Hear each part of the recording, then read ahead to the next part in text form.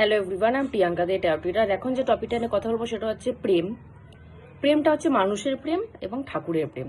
ডিফারেন্সটা কোথায় সেটা একটু বোঝানো, আমি যতটুকু বুঝেছি, অল্প একটুই জ্ঞান আছে আমার, অতটুকু একটু বোঝানোর চেষ্টা করতেছি। মানুষের প্রেম হচ্ছে দৈহিক প্রেম। জিনিসটাকে খারাপ সেন্সে নেবা না, আমি পুরো ডিটেলসে বোঝানোর চেষ্টা করছি। মানুষের প্রেমটা হচ্ছে দৈহিক প্রেম, ঈশ্বরের সাথে প্রেমটা হচ্ছে আত্মিক প্রেম। দৈহিক প্রেম মানে কি? দৈহিক প্রেম মানে যে আমি শুধু ইন্টিমেসি বলছি তা কিন্তু না। আমরা কাউকে দেখে খুশি হচ্ছে, আমরা যাকে ভালোবাসি আমরা তার সাথে দেখা হলে খুশি হই না? কারণ কি? আমরা আমাদের চোখ খুশি হচ্ছে, এটাকেও একরকমের দৈহিক প্রেমই বলে, দৈহিক খুশি বলে। যে আমরা কাউকে দেখে, আমাদের ভালোবাসার মানুষটাকে দেখে খুশি হচ্ছে। তার মানে কি? আমাদের চোখ মানে হচ্ছে ইন্দ্রিয়, ইন্দ্রিয় খুশি হচ্ছে, ইন্দ্রিয় সুখ পাচ্ছে ওই মানুষটাকে দেখে।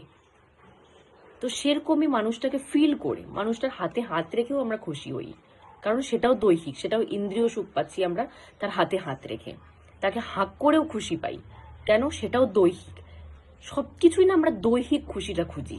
একটা ভালোবাসা মানে আমরা দৈহিক, কাউকে দেখে আমরা চোখ খুশি হবে, কাউকে ফিল করলে পরে হাত খুশি হবে, কাউকে জড়িয়ে ধরলে পরে আমাদের মন খুশি হবে। তো সবকিছুই না দৈহিক অ্যান্ড ইন্দ্রিয় সুখ।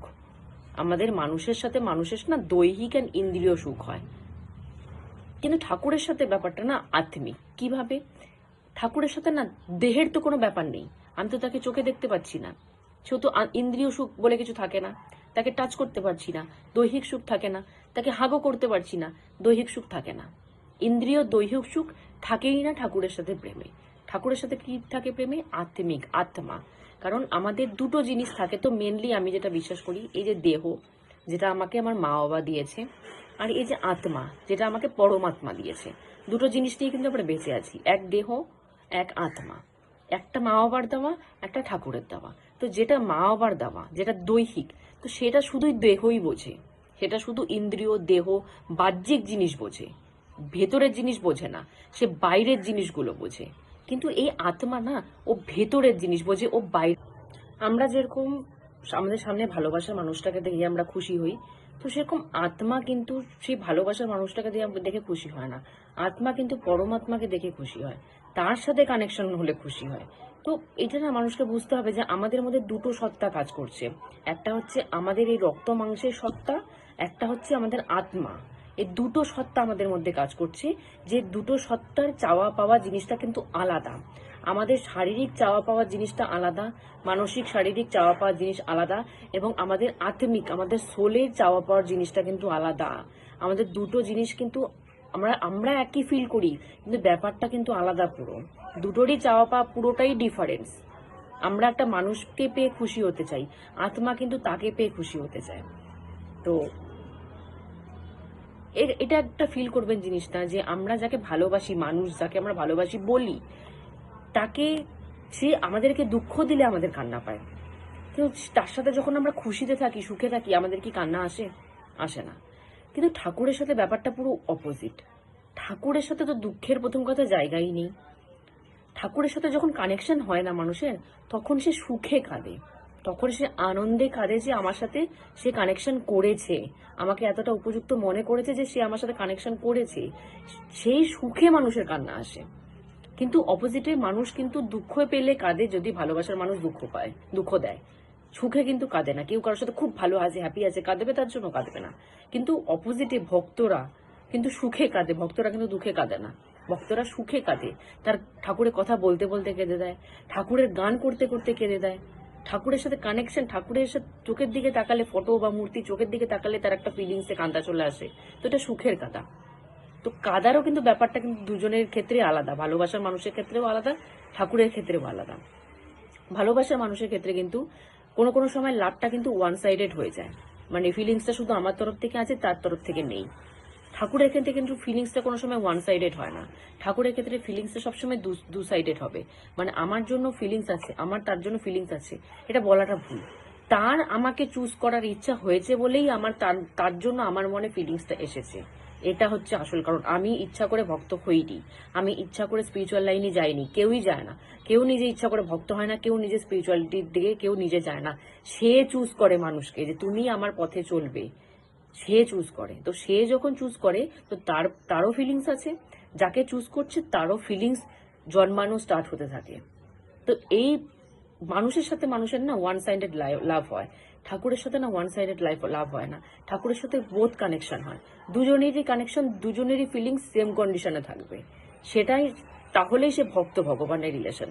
কিন্তু মানুষের ক্ষেত্রে কিন্তু তা হয় না। মানুষের ক্ষেত্রে এরকমও হয়, একজনের ফিলিংস খুব হাই, একজনের ফিলিংস খুব লো, সেরকমও হতে পারে। ঠাকুরের সাথে সেটা হয় না, ঠাকুরের সাথে দুতরফেরই কানেকশন হাই হয়। তাহলে গিয়েই একটা মানুষ কাউকে ফিল না করে, কাউকে না ধরে, কাউকে চোখে না দেখে তার জন্য হাউ হাউ করে কাঁদতে পারে, যেটা মানুষ নর্মাল মানুষের জন্যও হয়তো কাঁদতে পারে না, কিন্তু তার জন্য কাঁদতে পারে, কারণ ফিলিংসটা এরকম চরম লেভেলেরই হয় তার সাথে। আমাদের ভালোবাসার মধ্যে কিন্তু একটা তরপানো থাকে, যে বিচ্ছেদ হয়ে গেল বা একাকিত্ব হয়ে গেল, ডিস্টেন্স হয়ে গেল, তাহলে কিন্তু আমরা তরপাই। আমরা কিন্তু একসাথে থাকলে তরপাই না। একটা মানুষের সাথে একসাথে থাকলে কিন্তু তরপায় না, তাদের মধ্যে বিচ্ছেদ বা ঝামেলা বা কিছু প্রবলেম হলেই, সরে গেলেই তরপায়। কিন্তু ঠাকুরের সাথে না যখন কানেকশন হয় মানুষের, তখন তরপায়। একদম অপোজিট। আমি আগেও বলেছি, ঠাকুরের সাথে রিলেশন এবং মানুষের সাথে রিলেশন ফুললি আলাদা, ফুললি অপোজিট। ঠাকুরের সাথে যখন কানেকশন হয় না মানুষের, মানুষ তখন তারকে পাওয়ার জন্য তরপায়। যখন তার থেকে দূরে থাকে তখন মানুষ তরপায় না। যখন তার সাথে কানেকশন হওয়া, তার জন্য ফিলিংস আসা শুরু হয়, তখন মানুষ তাকে আরো বেশি করে পাওয়ার জন্য তরপায়। কিন্তু মানুষের ক্ষেত্রে কিন্তু সেটা অপোজিট। একটা কথা বলে রাখি, ঠাকুরের জন্য না ফিলিংস তখনই আসে যখন সে পারমিশন দেয়। সে যদি পারমিশন দেয় তাহলেই আমরা তার জন্য ফিলিংস আনতে পারবো, তার জন্য আমরা কাঁদতে পারবো। না হলে সে যদি পারমিশন না দেয়, কেউ জোর জবরদস্তি চেয়েও ঠাকুরের জন্য কাঁদতে পারবে না। আপনারা চেষ্টা করে দেখুন কাঁদতে পারেন কিনা, পারবেন না, পারবেনই না। কিন্তু অনেক মানুষ আছে গান করতে করতে কেঁদে থাকে, তার কথা শুনলে পরেও কেঁদে দেয়। তো তার পারমিশন আছে বলেই সে কাঁদতে পারে, না হলে পারে না। মানুষের ভালোবাসাটা না এরকম টাইপের যে আজকে আমি এর সাথে আছি, খুব কম সংখ্যক রেয়ার মানুষ যারা ট্রু লাভ বোঝে, যারা সারা জীবন একজনের সাথে থেকে যায়।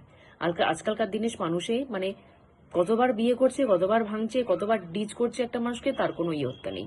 মানুষ হচ্ছে যেহেতু ইন্দ্রিয় সুখে সুখী হতে চায়, দৈহিক সুখে সুখী হতে চায়, এই জন্য না তাদের পার্টনারও মাল্টিপল দরকার পড়ে যায়। যে একজনের থেকে কমপ্লিট, এবার একজন, এবার একজনের কাছ থেকে কমপ্লিট, এবার একজন। কারণ যেহেতু বাহ্যিক জিনিসটা, যেহেতু মানে বাইরের জিনিসটা দেখে মানুষ প্রেমে পড়ে যায়, ওই জন্য তাদের বাইরের অন্য কারোর বাইরের জিনিসও পছন্দ হয়ে যায়। কিন্তু ঠাকুরের ব্যাপার হচ্ছে, সে হচ্ছে ভিতরে সোলের কানেকশন। তো সে বাইরের কিছু বোঝে না, সে সোল টু সোল কানেকশন।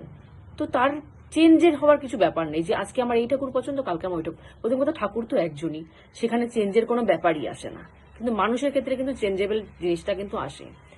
মানুষের ভালোবাসাটা না এরকম, যে মা আর সন্তানের ভালোবাসাটা দিয়ে বোঝাচ্ছি, যে একজন মা তার সন্তানকে কতটা কষ্ট করে জন্ম দেয়। তার সন্তানের কিন্তু মায়ের জন্য সেই ফিলিংসটা নাই থাকতে পারে, কিন্তু একজন মায়ের কাছে কিন্তু তার 2-3টা সন্তান থাকলেও কিন্তু ফিলিংসটা কিন্তু সেম হয়। অনেক সময় হয় না, অনেক সময় হয় যে তার একটা সন্তান খুব ভালো, তাকে খুব কেয়ার করে, একটা সন্তান খুব পাজি, তাকে খুব মানেই না। কিন্তু তার যদি ব্যথা লাগে সেই সন্তানে যে দুর্ব্যবহার করে, মা কিন্তু তার জন্য ছুটবে, কারণ মা তাকে নিজে জন্ম দিয়েছে শরীর থেকে। তো সেটা আলাদা করা যায় না, শরীরের ব্যাপার আলাদা করা যায় না।